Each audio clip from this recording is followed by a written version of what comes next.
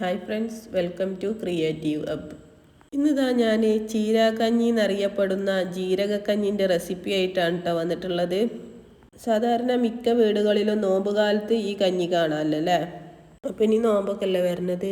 ഞാൻ ഈ കഞ്ഞി ഉണ്ടാക്കിയ മെത്തേഡ് ഒന്ന് കണ്ടു നോക്കി. അതിന് വേണ്ടിയിട്ട് ഞാൻ എടുത്തിട്ടുള്ള അരി ചെറിയ അരിയാണ്.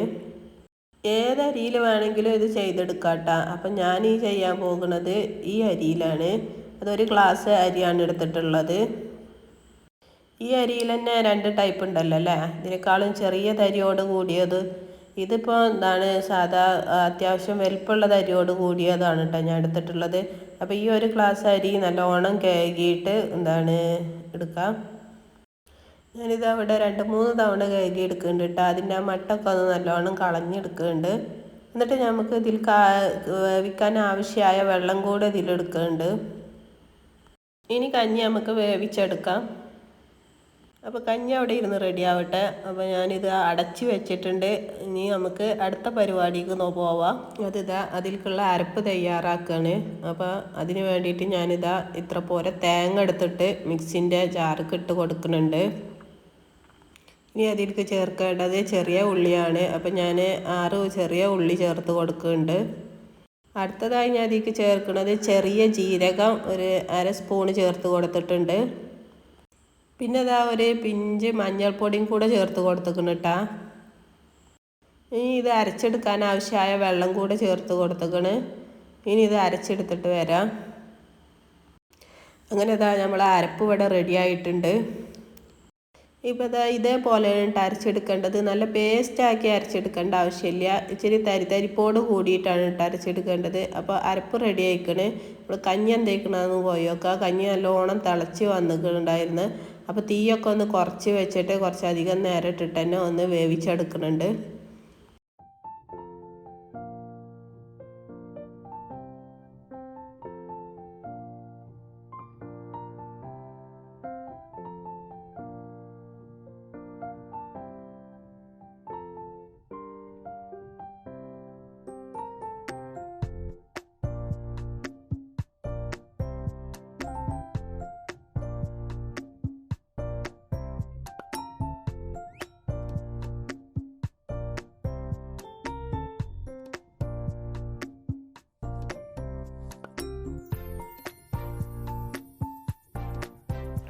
അങ്ങനെ നമ്മളെ കഞ്ഞി നല്ലോണം വെന്ത് വന്നിട്ടുണ്ട്. അപ്പോൾ ഇതിലേക്ക് നമ്മൾ അരച്ച് വെച്ച അരപ്പ് ചേർത്ത് കൊടുക്കുന്നുണ്ട്. അതിലേക്ക് ആവശ്യമായ വെള്ളം കൂടെ ചേർത്ത് കൊടുക്കുന്നുണ്ട് കേട്ടോ. കഞ്ഞി നമുക്ക് എത്ര കട്ടിയിലാണ് വേണ്ടത് അതിനനുസരിച്ചിട്ടുള്ള വെള്ളം കൂടെ ചേർത്ത് കൊടുക്കുക.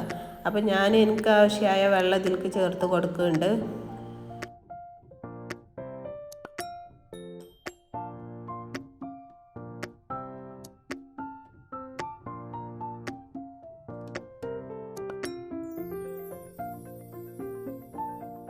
ഇപ്പം തന്നെ ഞാനിത് അതിലേക്ക് ആവശ്യമായ ഉപ്പും കൂടെ ചേർത്ത് കൊടുക്കുന്നുണ്ട്.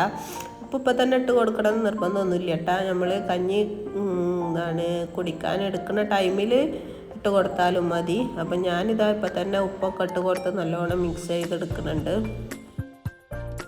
ഇനി ഇത് ഒന്ന് കുറച്ച് നേരം കൂടെ ഒന്ന് കുക്ക് ചെയ്തെടുക്കുന്നുണ്ട്. കൂടുതൽ നേരമൊന്നും കുക്ക് ചെയ്യേണ്ട ആവശ്യമില്ല കേട്ടോ. കുറച്ച് നേരം ആയാൽ തന്നെ ഇതൊക്കെ നല്ലോണം തിളച്ച് വരും. അപ്പോൾ അത്രയും ആയാലും നമുക്ക് ഫ്ലെയിം ഓഫ് ചെയ്യാം. ഇപ്പം കണ്ടില്ലേ ഇങ്ങനെ തിളച്ച് വരുന്നുണ്ട്. അപ്പം ഞാനൊന്ന് ഇളക്കി കൊടുക്കുന്നുണ്ട് കേട്ടോ.